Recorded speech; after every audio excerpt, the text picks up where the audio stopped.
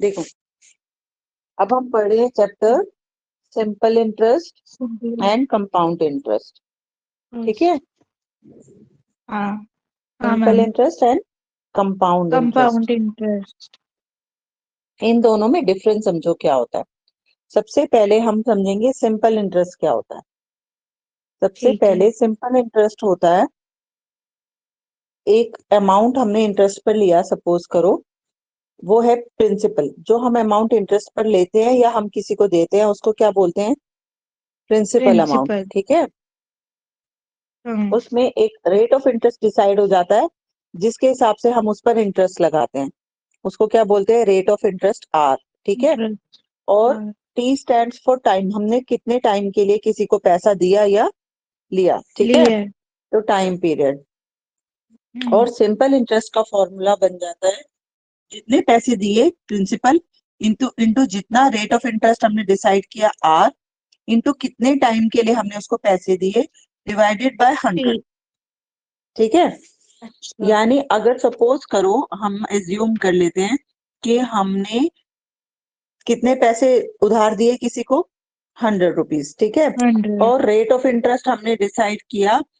5% per month. ठीक है, हम्म। या पर ईयर, पर एनम मतलब ईयर्स। ठीक है, और टी ठीक है। मींस टाइम पीरियड, हमने दिया 2 ईयर्स के लिए।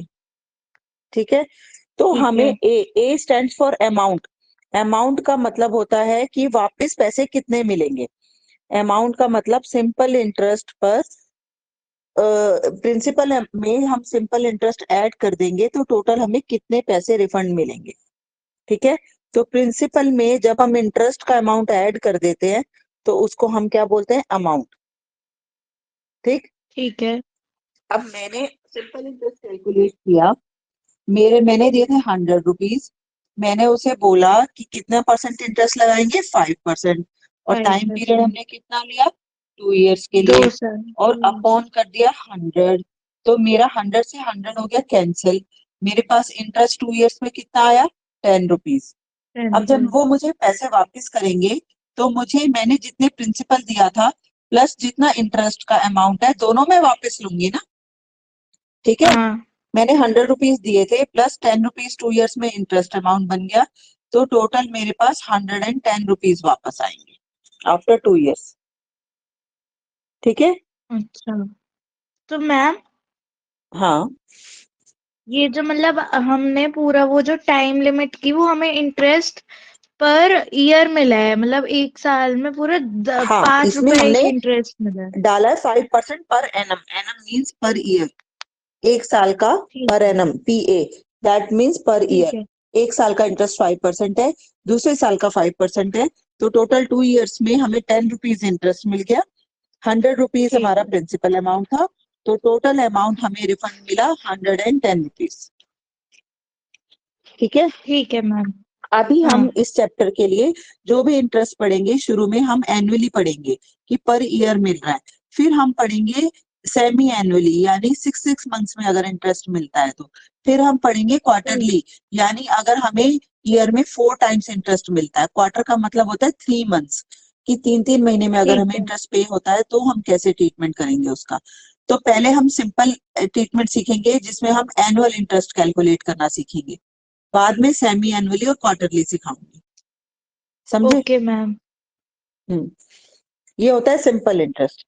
अब अगर इसी को हम कंपाउंड इंटरेस्ट कर दें, तो कंपाउंड इंटरेस्ट और इसमें फर्क क्या होता है? कंपाउंड इंटरेस्ट अगर हमारा लगता है तो हमारे को इंटरेस्ट पर इंटरेस्ट पे करना पड़ता है। ठीक है, कंपाउंड इंटरेस्ट मतलब इंटरेस्ट ऑन इंटरेस्ट। एक, हमने जैसे एक साल में प्रिंसिपल वही 100 रुपीज दिया। ठीक है, हम्म। रेट ऑफ इंटरेस्ट तब भी 5% है, बट इससे कंपाउंडिंग करने से हमारा इंटरेस्ट का अमाउंट बढ़ जाता है।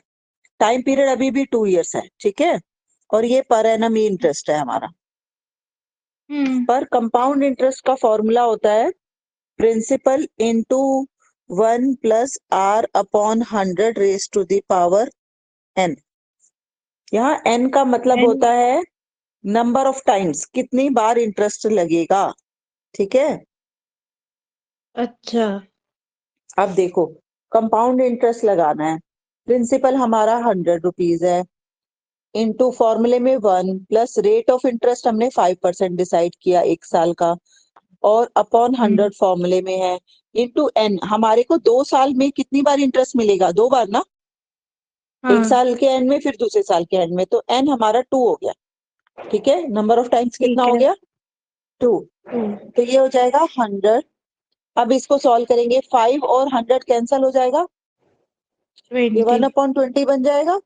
5 1 जा 5 हाँ और 5 2 जा 10, 0, तो 1/20।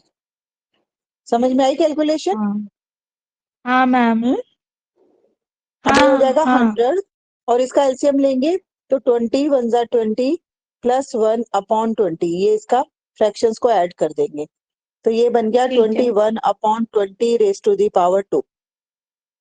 ठीक है जी, हाँ हाँ मैम। यहाँ तक कोई डाउट है? No ma'am. अब जब इसकी पावर 2 है 21/20, तो इसको 2 टाइम्स लिखना चाहिए, हम्म। तो ये 21/20 2 टाइम्स लिख सकते हैं। हाँ इसकी 0 से 0 0 से 0 कैंसिल कर सकते हैं। कर सकते हैं मैम। हम्म 21/20 एक ही टर्म है, इसलिए वो आपस में क्रॉस हो सकते हैं वैसे वो। एक टर्म से कुछ नहीं होता, जैसे हम पावर्स में पढ़ते हैं 2 रेज टू पावर 2, तो हम उसको 2 इंटू 2 नहीं लिखते।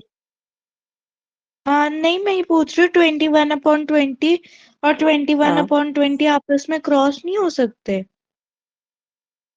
क्रॉस कटेंगे कैसे? 21 और 20 किसी सेम टेबल पे जाता ही नहीं है, कैसे क्रॉस करूं? हम्म, आमने सामने थोड़ा ना कटता है कभी फिगर, न्यूमिनेटर न्यूमिनेटर से हम्म, नहीं कटता, 21 से नहीं हम्म, कट सकता, क्योंकि डिनोमिनेटर से कटता है। काटना हम्म, मतलब डिवाइड करना। आमने सामने की टर्म्स कैसे कैंसिल होंगी? वो तो मल्टीप्लाई हो रही है, क्रॉस करके कैंसिल होती है ना। हाँ 21 को हाँ 21 से ही काट दोगी, वो तो मल्टीप्लाई हो रहा है, डिवाइड थोड़ा ना हो रहा है। डिवाइड मतलब होता है कैंसिल करना, मल्टीप्लाई मतलब कैंसिल नहीं होता है। हाँ नहीं जी। समझी? नहीं समझ गई मैं, मेरे को लगा कि जैसे अपनी पूरी टर्म ही दोनों आपस में क्रॉस हो जाएंगी। आपस में क्रॉस ऐसे नहीं हो सकती। अगर ये ऐसे होता ना 21/20 और इधर मल्टीप्लाई 20/21 होता, ऊपर नीचे होता, तो क्रॉस हो जाता है ऐसे। मगर आमने सामने अच्छा। नंबर कभी क्रॉस नहीं होते, वो मल्टीप्लाई हो रहे हैं। ऊपर नीचे क्यों हो जाता है? ऊपर नीचे मतलब डिवाइड होना हो गया, डिवाइड हो रहे हैं तो हाँ कैंसिल होंगे ना, मल्टीप्लाई मतलब कैंसिल थोड़ा होता है, तो वो हाँ। कैंसिल नहीं हो सकते। ठीक है, अब हम्म। इसको हम मल्टीप्लाई करेंगे, ये हो गया 21 इंटू 21 कितना होता है? 441, डिवाइडेड बाय नीचे रह जाएगा 2 2 जा 4। ठीक है जी, हाँ अब मैम। 4 से हम इसको अगर डिवाइड करेंगे तो क्या आएगा? 4 1 जा 4, 4 1 जा 4, और फिर 1 बच जाएगा तो 0 लगा देंगे, फिर डेसिमल, फिर 4 2 जा 8, हाँ 4 5 जा 20। अब देखो इधर ठीक है। इंटरेस्ट बना हमारा, कुछ डेसिमल फिगर्स में आया 110 रुपीज 25 पैसा, तो इसमें इंटरेस्ट 25 पैसा, चाहे छोटा अमाउंट है या बड़ा, पर ज्यादा है कि नहीं है? हाँ है। सिंपल इंटरेस्ट में हमारा इंटरेस्ट बन रहा था राउंड फिगर 110 रुपीज, इसमें हमारे पास बन गया 110 रुपीज 25 पैसा, तो हमें इंटरेस्ट ज्यादा मिला ना। अब अगर हम अमाउंट हाँ निकालेंगे, तो अमाउंट हो जाएगा प्रिंसिपल प्लस कंपाउंड इंटरेस्ट, तो हमें 100 रुपीज प्लस 110 रुपीज 25 पैसा, तो टोटल हमें हाँ। मिलेंगे 210 रुपीज 25 पैसे। तो पैसे। 25 पैसा हमें एक्स्ट्रा मिला। हाँ ठीक है, क्यों एक्स्ट्रा मिलता है? हाँ जी। क्योंकि ये इंटरेस्ट पर इंटरेस्ट चार्ज करता है। हाँ समझ रहे हो? मतलब इंटरेस्ट पे इंटरेस्ट लगाता है ये। हाँ, कंपाउंडिंग का मतलब होता है, अब देखो मैम। कंपाउंडिंग का मतलब हाँ समझाती हूँ। हाँ, फर्स्ट ईयर जब बस। हमें 100 रुपीज पे 10 रुपीज इंटरेस्ट मिला, तो टोटल फर्स्ट ईयर के एंड में हमारे पास कितने रुपीज इकट्ठे हो गए? 110, हाँ सॉरी 5 रुपीज मिला था ना, 5% है। तो फर्स्ट ईयर में हाँ। हमें 100 रुपीज पर कितना इंटरेस्ट मिला था?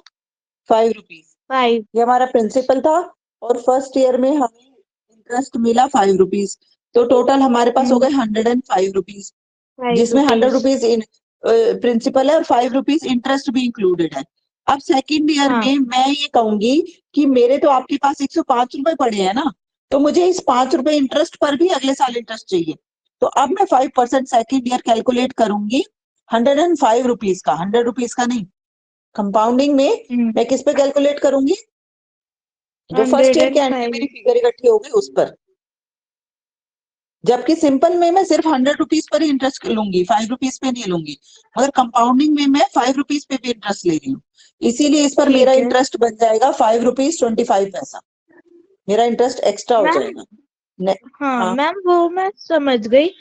तो जैसे हम्म। आप, लेकिन यहाँ फिर 25 पैसा क्यों आ रहा है? जैसे आपने इस बार इंटरेस्ट, मतलब आपने आप पहले 105 का निकालो, अगर हम इसे डिवाइड करोगे कितना आएगा? 525/100। और जब इसको डिवाइड करोगे तो बन जाएगा 5 रुपीज 25 पैसा।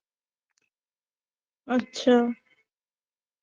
सेकेंड ईयर हमें इंटरेस्ट मिल रहा है 5 रुपीज 25 पैसा।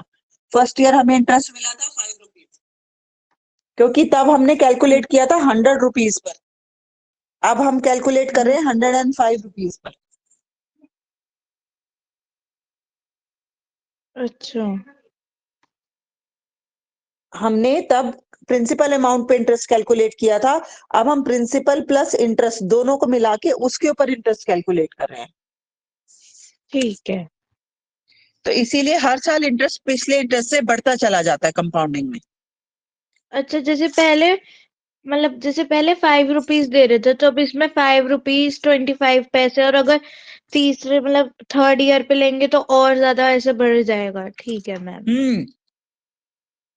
अब 2 साल का इंटरेस्ट हुआ 10 रुपीज 25 पैसा। तो अब जो इंटरेस्ट कैलकुलेट करेंगे थर्ड ईयर, वो हम प्रिंसिपल प्लस दोनों सालों का इंटरेस्ट, यानी 110 रुपीज 25 पैसा पे इंटरेस्ट कैलकुलेट करेंगे, 100 रुपीज पे नहीं करेंगे। हाँ। इसी को बोलते हैं कंपाउंडिंग करना। ठीक है। तो यानी अब हमारा जो प्रिंसिपल होगा वो 110 रुपीज और 25 पैसा हो गया। हाँ, हर साल प्रिंसिपल और चेंज हो जाता है इसमें। हाँ। और अब देखो, अगर कभी आपको फुल फ्रैक्शन में टाइम पीरियड ना दिया हो, होल नंबर में ना दिया हो, फ्रैक्शन में या फिर डेसिमल प्लेसेस में दिया हो, ठीक है, तब आपको इंटरेस्ट कैसे कैलकुलेट?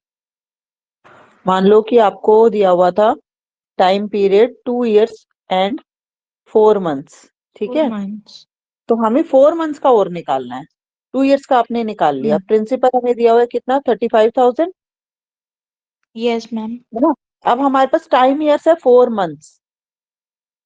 4 months का यस हम मैम। कैसे निकालेंगे? रेट ऑफ इंटरेस्ट कितना था? 6% यस पर ma'am. N. Rate of interest पूरे साल का दिया हुआ है, मगर हमें साल का इंटरेस्ट नहीं चाहिए, हमें 4 months का चाहिए। तो हम उसमें क्या करते हैं? सिंपल इंटरेस्ट निकालने के लिए P/R/T/100, यही फॉर्मूला लगाएंगे। बस टाइम को हम थोड़ा डिफरेंट वे में लिखेंगे, क्योंकि रेट तो 6 है, टाइम 4 months है। मंथ्स में एक ईयर में कितने मंथ्स होते हैं? एक ईयर में 12। 12। तो इसीलिए इसको डिवाइडेड बाय 12 भी करना पड़ेगा, क्योंकि मंथ्स को हमें ईयर में कन्वर्ट करना पड़ेगा। हमारा रेट ऑफ इंटरेस्ट क्या है? वो पर एनम दिया हुआ है, एनुअली दिया हुआ है, और टाइम हमारे को मंथ्स में दिया हुआ है। तो मंथ को ईयर में कैसे बदलते हैं? डिवाइडेड बाय 12 करके। डिवाइड करके। हाँ। इसीलिए इसमें 4/12 टाइम लिखेंगे। क्लियर? अच्छा, तो पहले अपना नॉर्मल आंसर निकाल के फिर करना है ये? ये एक्स्ट्रा, हाँ, एक एडिशनल स्टेप करना है। 2 years का इंटरेस्ट अलग से निकालेंगे, 4 months का अलग से निकालेंगे, और दोनों इंटरेस्ट को ऐड कर देंगे। ठीक है। ठीक है, अब ये 4 1 4, 4 3 12 हो जाएगा। हाँ। और फिर ये हम्म। 3 1 3, 3 2 6 भी कैंसिल हो 3 2 जाएगा। 6। 2 0 भी कैंसिल हो जाएंगी। थर्टी हाँ। फाइव टू जा कितना होता है? 70। 35 2 70।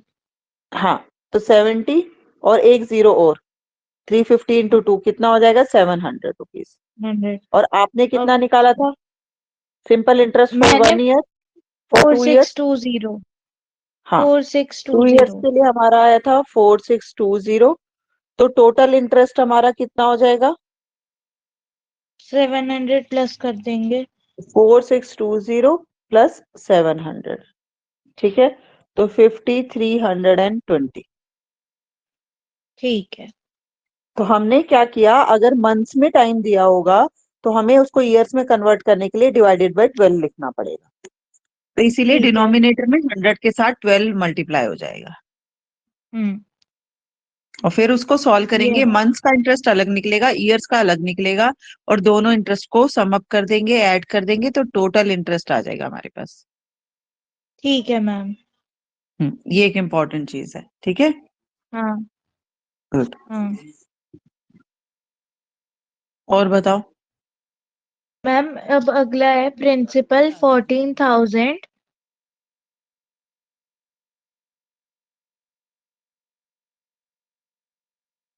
Hello ma'am.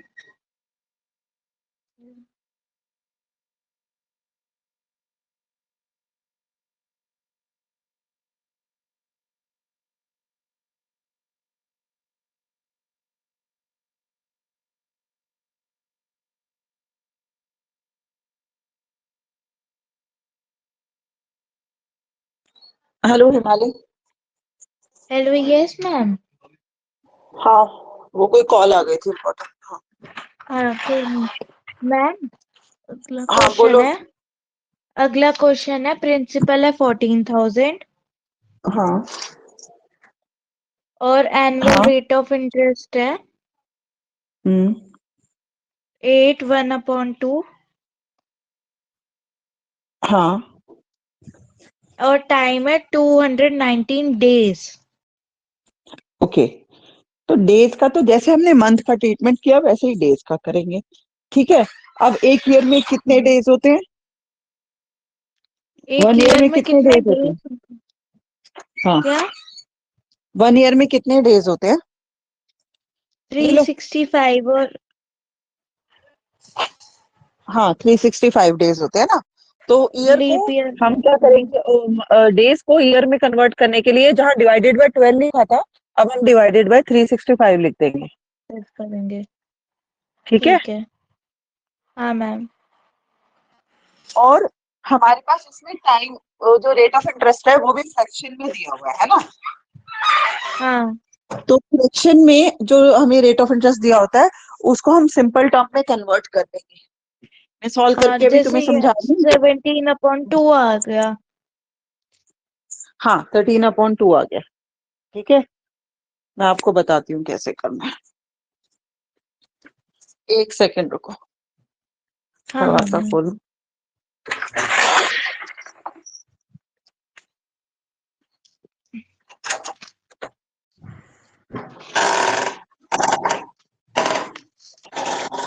हाँ, अब बताओ मुझे, प्रिंसिपल कितना है?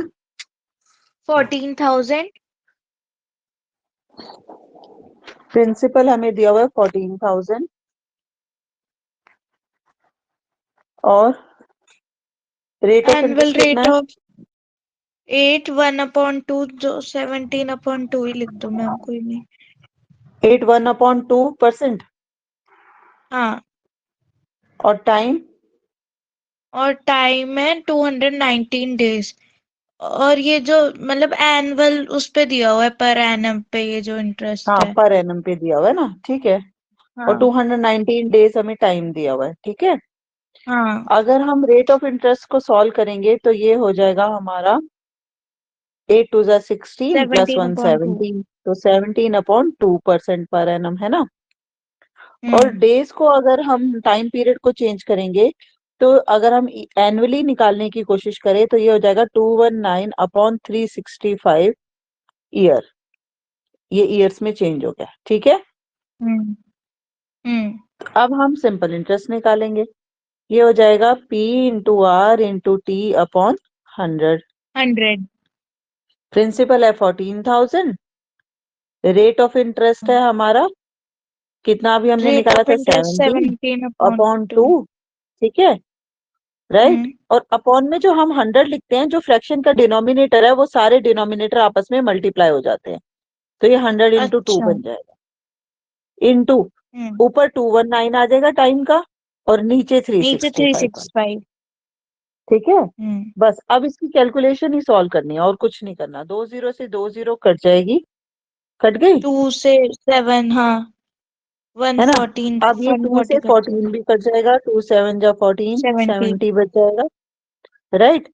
अब हाँ कोई और मैम, नंबर करता है? हम्म, 365 कट रहा है। किससे? 7 से? 5, किससे कटेगा? 5 से 1 मिनट में कर अरे तो दो बताती हूँ। नंबर ऊपर नीचे कटने चाहिए ना, तो अकेला नंबर काट के क्या करोगी? नहीं, दो नंबर 365 के बीच कट में कॉमन जाएगा ना टेबल है। 70 से। 17 से? 70 और 365 कट हाँ जाएंगे ना। हाँ, ये दोनों कट जाएंगे 5 के टेबल से। 5 7 जा हम्म, 35, और 5 3 जा 15, सीधा और 15, इधर आ जाएगा 5 1 जा 5, और 5 4 जा ये तो 20। ठीक 14। है। हम्म, हम्म। अब कोई और टेबल कट रहा है? ये तो सारे। आई गेस अब कुछ नहीं कट सकता। Yes ma'am. हमारे पास बच गया 14 इंटू 17 इंटू 219 अपॉन 73। ठीक है। 73। हम्म। Yes ma'am. अब इसको हम मल्टीप्लाई कर लेते हैं, क्या आएगा? करती हूँ 1 मिनट।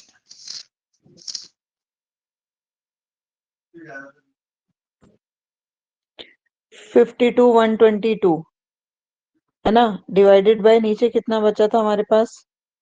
73। डिवाइडेड बाय 73, तो ये हमारे पास 714 आ जाएगा। ठीक है मैम। 73 इंटू 3 क्या होता है? 219 होता है, तो ये सिंपल हो गई कैलकुलेशन।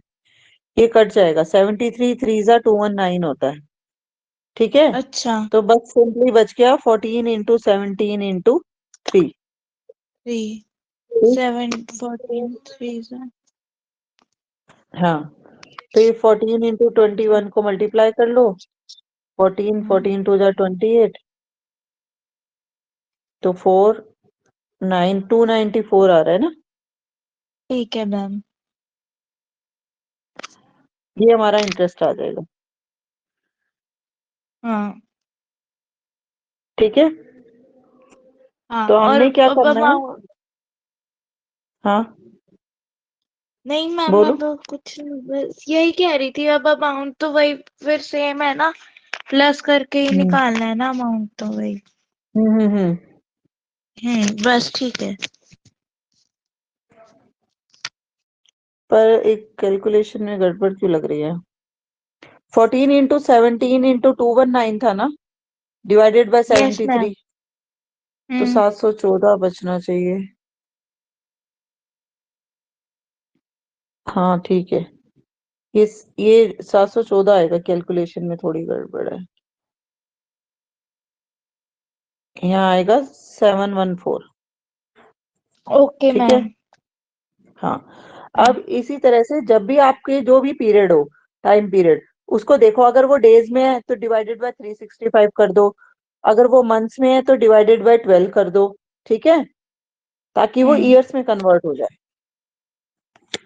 समझे? Yes ma'am. ये स्टेप आपको याद रखना है। और जो डिनोमिनेटर हाँ होते हैं वो आपस में सारे मल्टीप्लाई हो जाते हैं, और न्यूमिनेटर आपस में सारे मल्टीप्लाई हो जाते हैं। ठीक है। ठीक है। तो इस तरीके से आपको सिंपल इंटरेस्ट निकालना है। थोड़ी थोड़ी कैलकुलेशंस चेंज होंगी। अब जैसे फ्रैक्शन में इसमें दे दिया था आपको, टाइम टाइम फ्रैक्शन में दे दिया, तो फ्रैक्शन का डिनोमिनेटर नीचे चला जाएगा और न्यूमिनेटर ऊपर चला जाएगा, तो उससे भी घबराने हाँ की मैम। जरूरत नहीं है। ठीक है। हाँ कुछ डिफिकल्ट नहीं है।